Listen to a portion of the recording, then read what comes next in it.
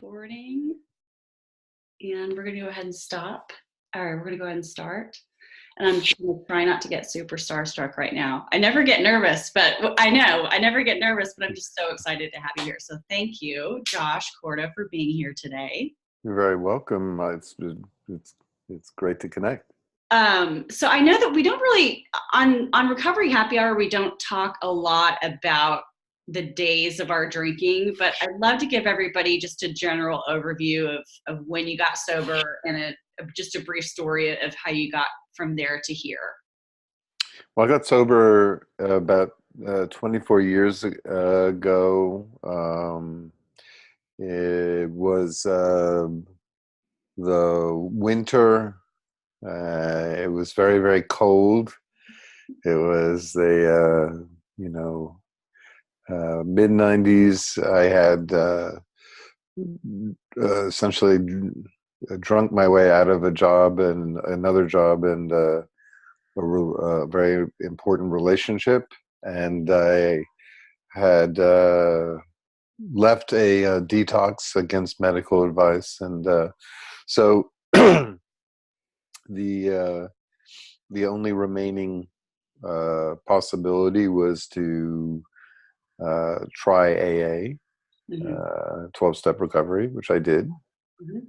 I guess I'm breaking the the anonymity rule, but I've already, that ship sailed a long, long time ago. So yeah, and I've been sober since. So it's been 24 years, and of course that was just the very. I mean, the drinking was pretty severe. It had been daily. I was not binge in the sense that it was not something that would spike. It was something where I would essentially drink myself unconscious every day, and I had been doing that since I was in my early teens. So I had about 20 years of drinking alcoholically, and there have been detoxes. And in that, I had my first detox when I was in college, and when I was 19. So yeah, it was a good thing for me. So alcohol was your drug of choice. Oh, I pretty much, I mean, it was the only drug actually that I couldn't kick on my own. It wasn't necessarily my drug of choice in the sense that I started first, in the mid late 70s as a really, 13-year-old to a teen. It was first because that was the era, was pot and hallucinogens. And then when I went to college, before I was drinking, but it really spiraled off in college. But substances were, I mean, deeply ingrained as a way to, due to early childhood experiences, was I didn't feel safe feeling certain or being in the world, and I didn't trust other people to help me regulate my emotions. So all addiction is an attempt to replace other people with substances. So yeah, that started very early. And you said you were in the world of advertising, right? Yes, I worked. Well, that happened after I got sober. When I drank myself out of jobs in graphic design, and but when I got sober, I had to sort of start from scratch and rebuild. I mean, just to make a living. But then in sobriety, I worked in advertising for a while. Yeah, I worked up until about 9-10 years ago. And when people ask you now, like, let's say you're at an event and you're meeting a bunch of strangers, like networking, and they say, what do you do? How do you answer that question? Networking is something that I pretty much never do. I didn't never do it when I was when I did work in a more traditional career. Mm-hmm. But I mean, if somebody would ask me, I just would say what I am. I'm a Buddhist teacher, spiritual counselor, writer. I mean, that's pretty much what I do. So I don't, but I don't network in the sense that I'm not trying to get anywhere with my career or grow or, Right. Right. I, That's always such like, it's always like the go-to small talk. So what do you do? And I'm like, I wonder how he answers that question. I'm terrible at networking. It turns out the best way to network or to open up conversation with strangers was to dye my hair pink and purple. And that usually starts it for me, does all the work for me. well, certainly a lot of, I mean, small talk and networking implies a social situation that's unfamiliar, and that's triggering for most people in recovery because we didn't get secure attachment in childhood. Uh, and so if you didn't get that, then just being relaxed in novel social interactions doesn't feel that good. And then there's a felt sense that everybody else knows how to do this, but I don't know how to do this. Everybody else knows the rule book of, or somehow is it hardwired into them that they know how to be comfortable. And true, it's actually true that people who have secure attachment in childhood do, by and large, find it far easier to relax in novel social situations. We don't expect the best out of other people or the world, so therefore it's hard to relax and feel comfortable in small talk. Well, let's talk a little bit about what we emailed earlier. And one of the things that has resonated the most with me from listening to Dharmapunx NYC, and I think that it will resonate with a lot of my listeners, is so many of us drink to numb our feelings. Mm-hmm. I know I didn't want to feel my feelings, and then when I got sober, meeting my feelings for the first time was really overwhelming, and I didn't even know what to do with those. Can you talk a little bit about the importance of feelings and why we have to have them and why we have to feel them? Well, I can talk about it. I don't know a little. uh, so when we start out life connecting for our survival via nonverbal signals, we start out with our right hemisphere connecting with caregivers for the essential, to survive. The child only survives because it can bond with its caregivers. We're all born essentially decades prematurely in the sense that we can't survive on our own. So the child's survival depends upon being understood. And for the first 4 years, which are the most formative in terms of the brain and creating our future expectations, those connections are done non-verbally through crying, through gesture, through movements.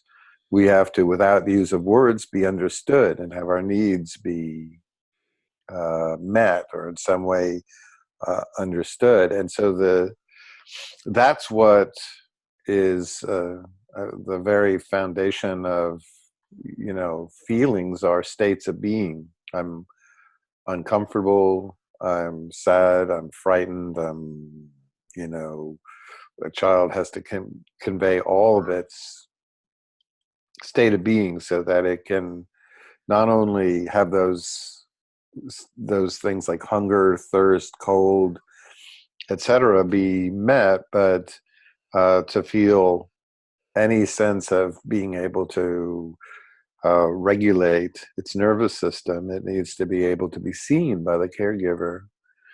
So to the degree that a child develops a secure base, it's called, with a caregiver, the child's nervous system becomes regulated and it can integrate all the different feelings and emotions.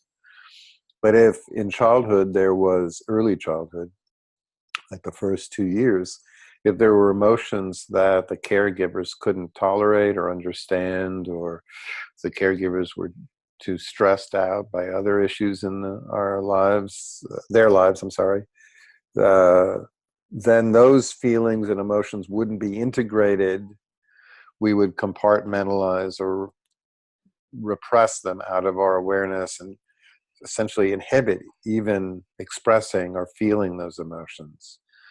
And we can do that. Actually, the brain has a pretty incredible ability to eliminate feelings if those feelings aren't understood in childhood by caregivers.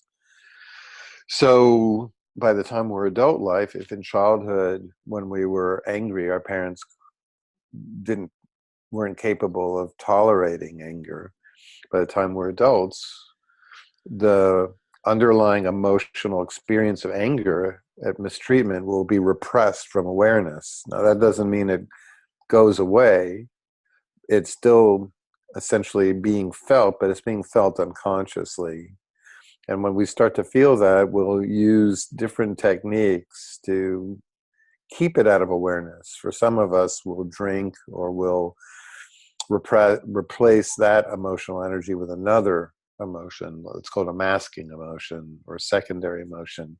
When I start to feel angry, I'll get sad or frightened, or I'll become intellectual and intellectualize, or I'll do something to replace the primary emotion.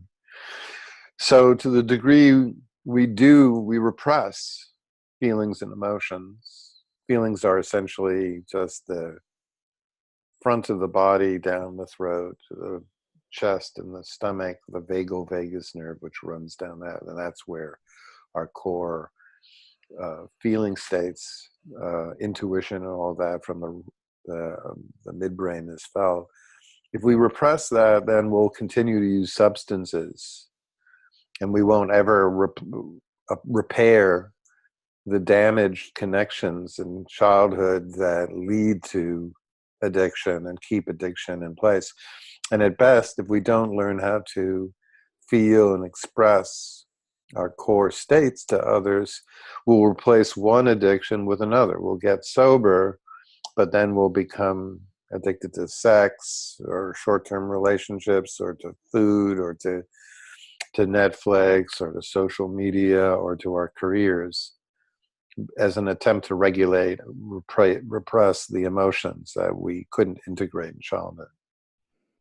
So that wasn't very brief, but no, but that's perfect. That's perfect. I'm curious if, are there any, as far as like the replacement feeling, like if you're repressing anger and feeling something instead of that, are there any trends there? Is there anything that's pretty typical? Like if you don't feel anger, most people won't feel anxiety. sad. Yeah. So, yeah, well, that's actually, anxiety is probably the most common.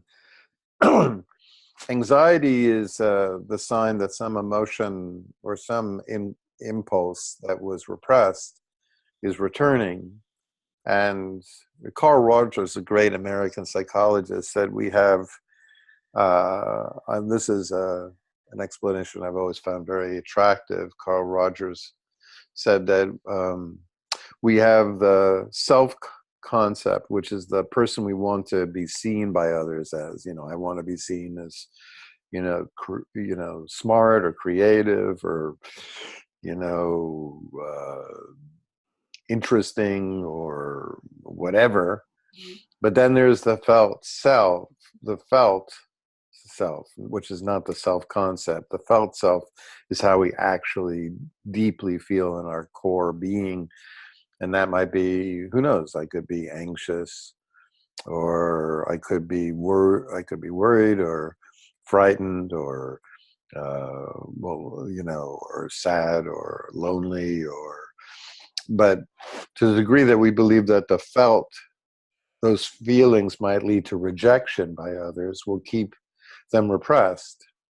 So you have the self-concept, which is what I want other people to think about me, the self-concept, and the felt self is what I actually feel. And the further those two are apart, that gap is filled by anxiety. The closer I report, and if I can bring those true feelings into my self-concept, what I express to other people, then the anxiety is reduced. And we can see that all the time. A classic example is you have to give a talk in front of other people. So you want to be seen as together, confident, interesting. So that's your self-concept. But really you're feeling worried about what they'll think about you, and they might judge you and whatever. So you're worried. If you don't report that and simply say, oh, I get nervous giving a talk. If you try to repress and hide that, all this anxiety will grow, because the anxiety is essentially the physiological state of agitation of having to repress a core emotion. But if you simply report, oh, I'm feeling worried right now that I'm not always that smooth when I talk in public, then a huge amount of the anxiety will just dissipate. And there's been studies that show that simply noting, okay, I'm not that comfortable speaking in public, removes a significant degree of anxiety. So could you apply that in most instances by just saying that, like, expressing those feelings is what helps remove that anxiety, just saying them out loud? Well, I mean, the key obviously is the other part of the puzzle is, if you report core feelings or express or simply offer them as an authentic part of your experience, but you do that with the wrong people, then you'll keep the wounds in place, and you'll only wind up more anxious or more, shut down. So the key is not only reporting, but to find people who are capable of being with us and being safe and not being judgmental. And and therein lies the problem. So many of us, certainly in recovery, had damaged early caregiving models, even though many of us don't remember it. Some people are so in denial that they say, oh, I had a happy childhood all the time. I don't know why I drank myself into the hospital. But so we tend to repeat those patterns by,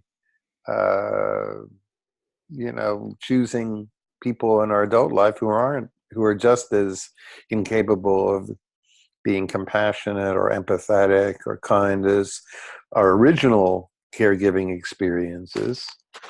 And so every time we do try to reveal a little bit of ourselves, it's met with a lack of care, understanding, or with judgment. And, hopefully we get into sobriety, and hopefully we eventually find people who are safe. Unfortunately, a lot of us, though, even keep the pattern into sobriety, where we'll go in, a classic example, like a young girl grows up with an emotionally, an unavailable father who's buried in his, his own endeavors, his work or whatever, and a mother who's maybe, for example, frustrated in her relationship and overwhelmed by financial stresses, or who feels disappointed in her relationship with her with the father. And so the mother becomes somewhat distant, for example. So the young girl grows up, she drinks rather than, doesn't feel comfortable in the world with others, and drinks to mask those emotions. She gets sober, but then she chooses a sponsor who's exactly as distant or judgmental as her mother. And so it prolongs the process of recovery. It's only when we find truly empathetic, caring people who are not judgmental and who don't, like, if we're in don't slam us with the steps or anything like that, but simply allow us to safely report our feelings, that And we begin to recover. kind of meet you where you're at. Yeah. Yeah.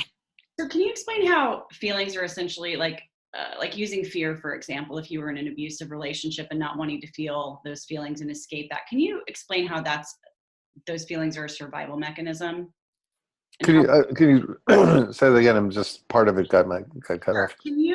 Can you explain how feelings can be a survival mechanism and how essentially when we are not choosing to feel feelings such as fear or anxiety, how we're essentially cheating ourselves out of a full life experience? Like explain the survival mechanism part, because that fascinates me.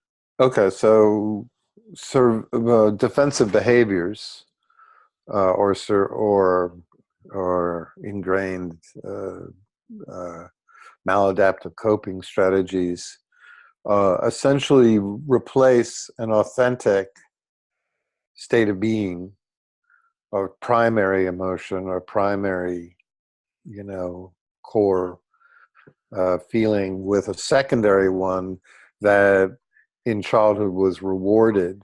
And so in that sense, um, it the secondary emotion was what was accepted by the caregiving environment. The primary one, the way we actually felt, wasn't. A far more common example, that was, again, if a young girl grows up in a family where, uh, due to our misogynist society, anger wasn't tolerated that well, she'll replace her anger with another emotion that was far more acceptable to her caregivers. So she might learn to systemically feel sad when people mistreat her, rather than feel angry and set boundaries. If you can't feel angry, then you can't set boundaries in your life.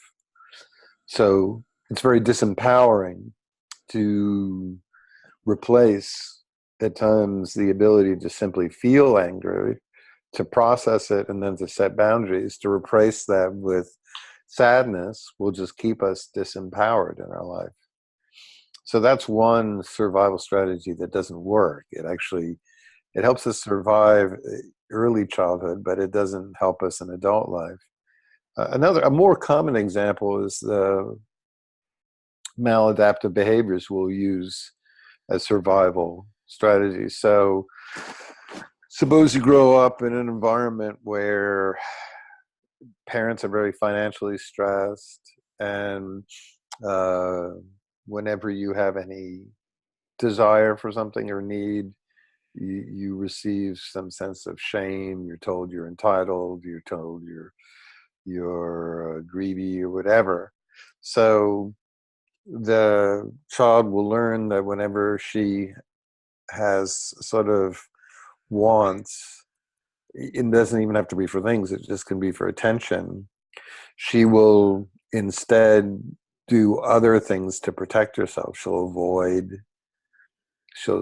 lie and say she's not feeling that. She'll um, become people pleasing. She'll become a caregiver of her own parents. She'll do all these things rather than simply report that she needs attention and care. So those maladaptive strategies will then turn into adult life. I can give you a classic example. I knew a woman who grew up with a very creative father who was a drug addict and had wild mood swings. And so she learned very early that her father was very narcissistic, creative, an artist. But when she had her own needs to be seen, it was never met. So she learned to survive the relationship, she learned to become like the caregiver of her own father. And then she grew up in life to be a successful uh, manager, producer of men who were narcissistic, you know, completely creative men that had wild mood swings. So, but the core need to be seen and understood and cared for wasn't met. So we can keep those early childhood strategies in place in our adult life, and it becomes a tragedy.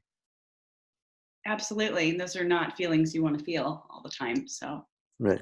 I relate to that very much. Um, sorry, give me a second. um, sorry. Let's talk about neuroplasticity and getting sober, meeting your feelings for the first time. For me, anxiety is my go-to. I feel like the root of my addiction isn't necessarily alcohol; it's anxiety. That's just where I want to go to. And the time when you explained those deeply grooved pathways in our brains and how you naturally, as if they're ski tracks, and if you go down a mountain and you see the path that other people have already imprinted, so it's natural to go down those, and how our brain, to me, that's a perfect visual of how our brain writes, neuroplasticity in our brain. Can you just talk a little bit about that and what, creating fresh tracks really means? So, yeah, I mean, neural circuits, there's an old saying in neuroscience that neurons that fire together get wired together. And if you have repeated stimuli and repeated impulses, they begin to grow hardwired circuits in the brain. By hardwired, I should say that there's, oh boy, we getting a little deep, but there's what's known as implicit memories and behaviors. Those are neural patterns that are wired in very, very early in life, and they're very, very difficult to change.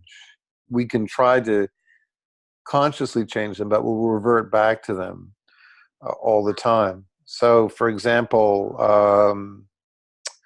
the way you walk. If somebody said, "Oh, your stride is too short. You should take longer steps."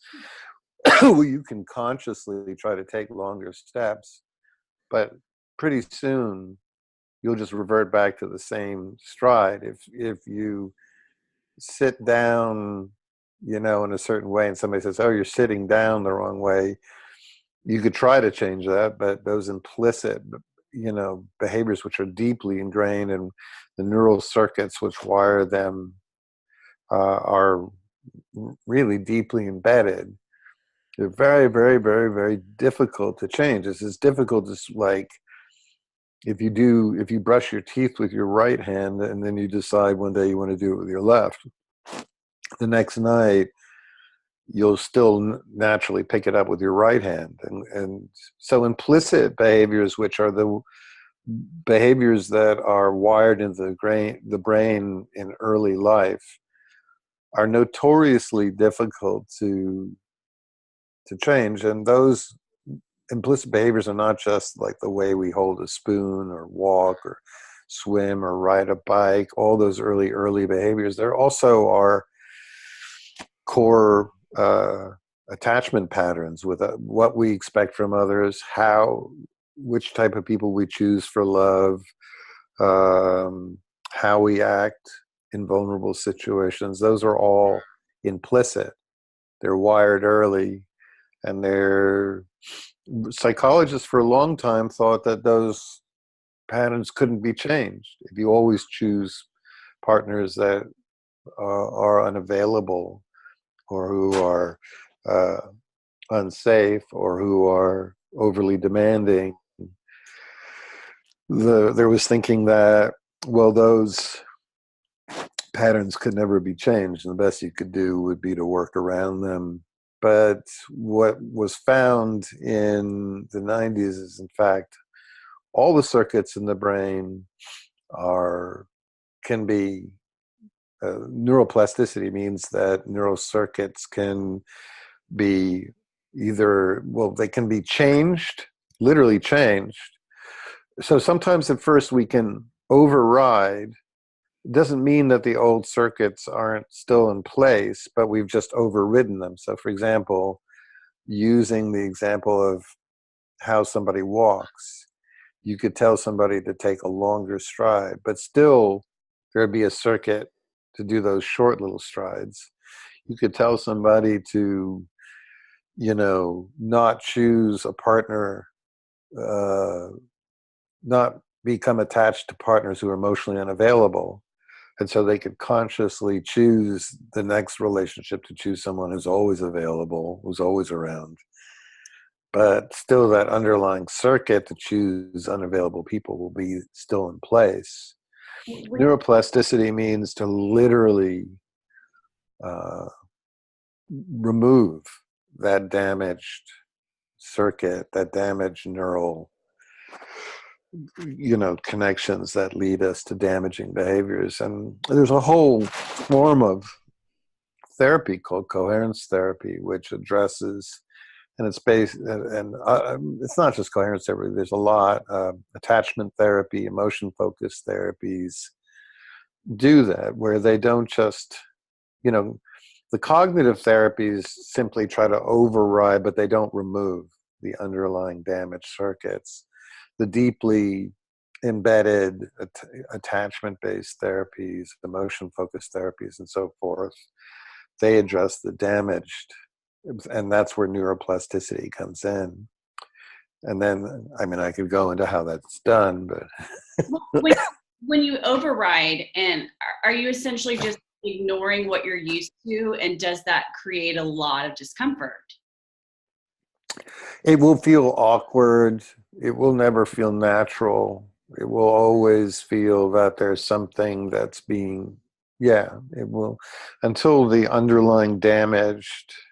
So for example, if we go into sobriety, and there's a core attachment circuit that is the people I've been programmed to go to for, love was defined for me in childhood as being with people who were controlling and very judgmental. So I'll go into sobriety and I'll naturally try to find very controlling, judgmental friends. And then, so I'll hear somewhere that doesn't work. So I'll try to connect with people that are loving and caring, but at first, until we really get at that underlying circuit, there'll still be this attraction to the damaged relationships, and we'll have this felt sense that there's something that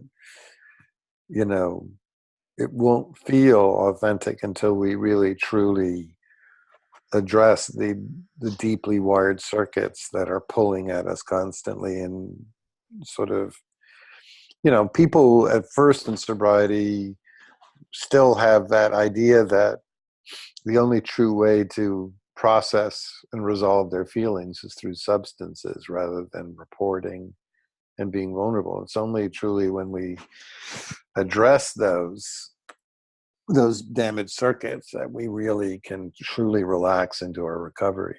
Well, that's sort of what this podcast talks about, is like, okay, now that alcohol isn't part of the picture, let's get down to the root of the issue. Like, let's figure out the real work that needs to be done. And getting to share this with so many people is it's such a privilege. And sometimes I get to interview people like you and then try to keep from crying when you bring up stuff from my past that you didn't know you were bringing up. Well, I want to be conscious of your time, and I just have a couple more quick questions before we wrap it up. How could you dumb down meditation? Like a couple of tips for beginners? Because I know a lot of us, when we think, okay, in recovery, I'm going to become this Zen Buddha, and I'm going to have an altar, and I'm going to meditate for 60 minutes every morning at 4 a.m. Like, how would you really give somebody a brief introduction on how they can start with baby steps? Well, probably the easiest way would be to just, one, don't try to meditate, just simply, because that's a whole term that has all these associations. When you tell people you should meditate or try meditate. They have these wholly unrealistic emotional associations of, the image of somebody sitting utterly blissed out and peaceful, in a ideal setting without having any stress or any, and that's not attainable, realizable, and that's not even really true, because actually meditation is simply just being with whatever your experience is without abandoning it, without going off into, getting lost in thought. It's just being with whatever you're experiencing. But a simpler way to do that would simply be to listen to a very brief guided meditation once a day at the same time. I would like to recommend Tara Brach, who's a great Buddhist teacher, very nice woman, and she has a site. I mean, I have, of course, my own, but my talks are very psychological. Her site has these just beautiful guided meditations of different lengths, and you could just sit on it and listen once a day. You choose whatever length you want. And then I would also urge people to simply visualize either someone that would, while you listen, just visualize either her or what would be an ideal mother figure, and imagine her looking at you as you hear the guided meditation. And so that's addressing the core damaged attachment models by, if we can create a visual of the ideal caregiving parent that cares about us, that wants us to be happy, that appreciates us, that can soothe us. When we create a felt sense of what secure attachment is like, it creates what's in psychology is called a secure base. When we have a secure base, when we have painful feelings, we won't replace it with substances or maladaptive behaviors like binging on Netflix or, shopping or food.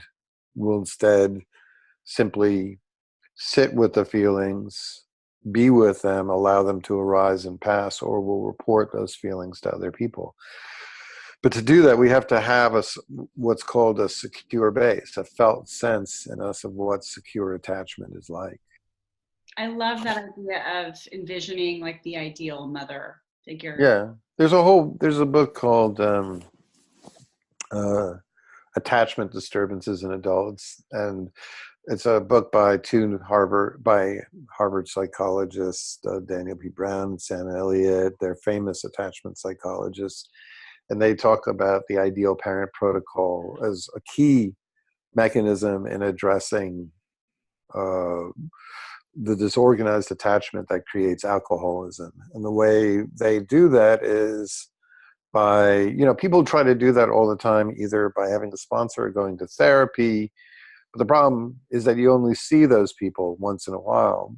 But meanwhile, the damaged underlying circuit that creates the felt sense of people won't understand me, there's something wrong with me, I'm unlovable, I don't deserve happiness, I don't deserve love, I need somebody, who, whatever, that those damaged circuits are still there. If we want to repair those damaged underlying emotional beliefs about ourselves, we have to first go back to that really core attachment wounds from early childhood, and we address that by creating an ideal parent figure that repairs the damaged one. So I like to suggest using Tara Brach because I think she's got the ideal voice, and then all you have to do is listen to her and just visualize who would have been the ideal mother looking at you and saying those words. She's amazing. That's one of the first books. Her book, Radical Acceptance, is one of the first books that I read when I got sober. I was probably 2 weeks sober when I started reading that. It totally changed my world. So glad you brought her up because I want to bring that book in the show notes. That's such a great video. Just image to have in my brain of her. I love that. Genius. Last question. What would you tell a younger you, 12-year-old you, before alcohol came into the picture? What would you tell him? I wow. Hmm.